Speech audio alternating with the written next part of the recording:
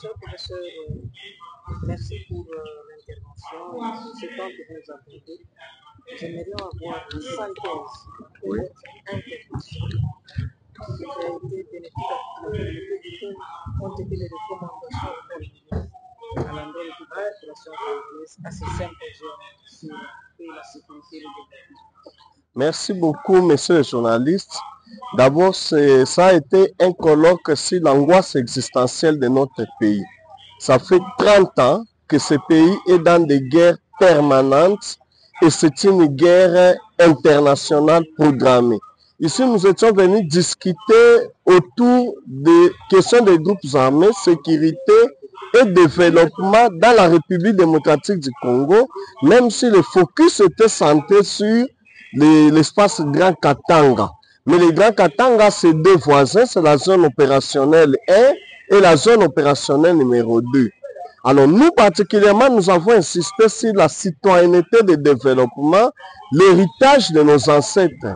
Le Congo, nos 2 345 410 km, c'est l'héritage de nos ancêtres. Comme on dit à Lingala, le pango et abakoko na biso. Donc nous n'avons pas un autre pays, nous sommes unis par le sort, nous sommes aussi unis par notre destin. Donc soyons unis par le travail d'ensemble. Alors parmi les recommandations, j'ai dit que pour le moment nous attendons, en tout cas du commandant suprême des forces armées, le chef de l'État, de prendre une décision courageuse en matière de la justice distributive des revenus nationaux. Il ne faut plus que la politique soit le seul endroit où les gens s'enrichissent. Il est vraiment anormal qu'un professeur d'université ait à peine 1 000 $, là où un député national peut avoisiner 30 000 $.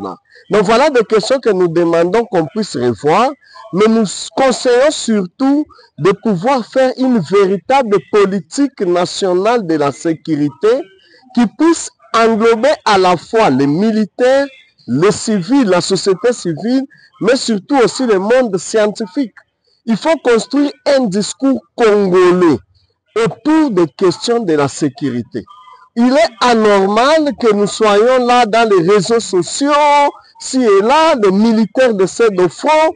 On sent qu'il n'y a pas une posture nationale, une cohésion nationale pour faire face à cette guerre qui nous attaque.